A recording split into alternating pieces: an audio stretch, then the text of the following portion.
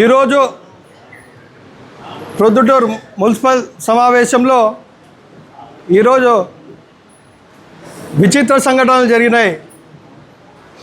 ఇక్కడ జరగాల్సిన అంశాల మీద చర్చించకుండా కమిషనర్ గారు బాధ్యతారహితంగా ఇక్కడికి వెళ్ళిపోవడం, ఇక్కడి నుంచి వెళ్ళిపోవడం ఎంతవరకు సమంజసం అని చెప్పి ఈ సందర్భంగా ప్రశ్నిస్తూ ఉన్నాను. గత నెలలో జరగాల్సిన సాధారణ సమావేశం కూడా జరగలేదు. ఆయన నిర్లక్ష్యం వల్ల చైర్పర్సన్ గారు కాల్ ఎత్తాడు, కౌన్సిలర్ కాల్ ఎత్తాడు, మీడియా వారు ఏదన్నా సమస్యలు ఉంటే వాళ్ళు కాల్ చేస్తే వాళ్ళ నంబర్లే బ్లాక్ చేసేస్తాడు.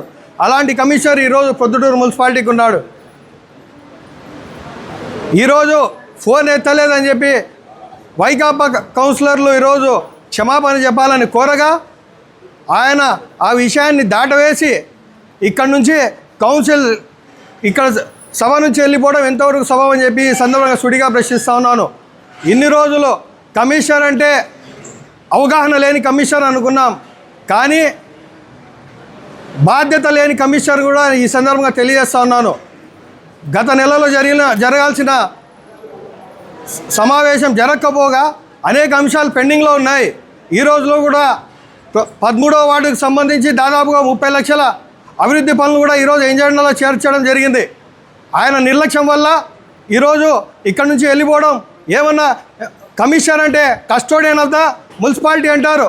ఈయన కస్టోడియన్ ఆఫ్ ద మున్సిపాలిటీనా లేకుంటే ఎవరికైనా గుమస్తా పని చేస్తూ ఉన్నాడా అని చెప్పి ఈ సందర్భంగా ప్రశ్నిస్తూ ఉన్నాను. ఇదేనా మీరు? ప్రజల సమస్యలు ఎన్నో ఉన్నాయి.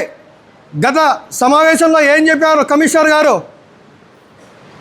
వచ్చే సమావేశంలో మొదలవ్వక ముందు గత సమావేశంలో కౌన్సిలర్ అడిగిన ప్రశ్నలకు, ఆ సమస్యలకు ఎటువంటి పరిష్కారాలు చేశాము, ఎటువంటి చర్యలు తీసుకున్నామని చెప్పి ATR యాక్షన్ టేకన్ రిపోర్ట్ ఇస్తానని చెప్పి ఆ రోజు ఆయన చెప్పడం జరిగింది.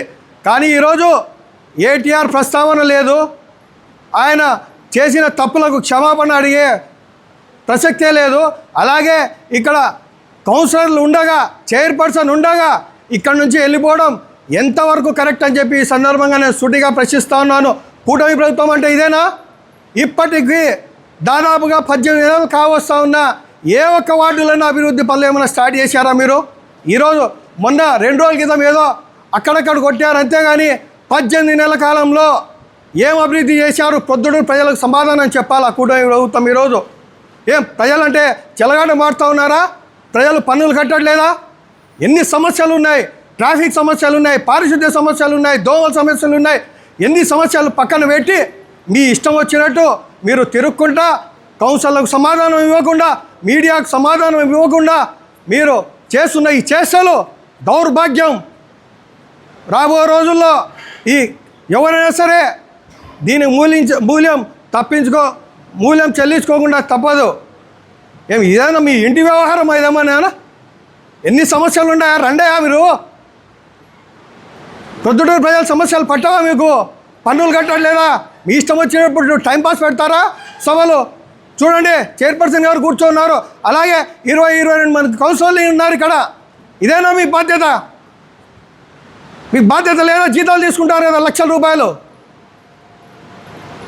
ఈరోజు ఎగ్జిబిషన్ ప్రొద్దుటూరు చరిత్రలో ఎగ్జిబిషన్ స్టార్ట్ అయిన సంవత్సరం నుంచి దాదాపుగా 30-40 సంవత్సరాలైంది, 50 సంవత్సరాలైనా ఉండొచ్చు.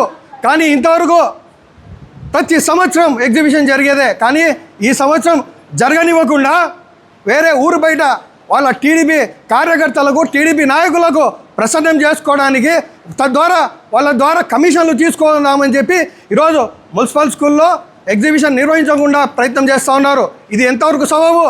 దాదాపుగా 2 కోట్ల రూపాయలు ఎంత అభివృద్ధి చేయొచ్చు? ఎన్ని సమస్యలు తీర్చవచ్చు ఈ 2 కోట్ల రూపాయలతో? ఇవన్నీ మీకు పట్టవు. ఈ సందర్భంగా సుడిగా ప్రశ్నిస్తూ ఉన్నాము. అలాగే పై అధికారులు కూడా కంప్లైంట్ చేస్తాం. సీఎం ఆఫీస్ కూడా ఈ సమాచారాన్ని ఈ కౌన్సిల్ ద్వారా తెలియజేస్తాం. వీళ్ళు చేసే బాధ్యతారహిత పనుల వల్ల ఈరోజు ప్రొద్దుటూరు ప్రజలు ఎన్ని సమస్యలు ఎదుర్కొంటూ ఉన్నారో మీరు ఇలాంటి చర్యలు మీరు మానుకోవాలా. ఒకరికి మీరు దాసోహం పలకాల్సిన అవసరం లేదు. కమిషనర్ గారు, ప్రజల కోసం పనిచేయండి. ప్రజాధనంతో మీకు జీతాలు వస్తున్నాయి. మీ ఆత్మసాక్షికి మీరు సమాధానం చెప్పుకోండి.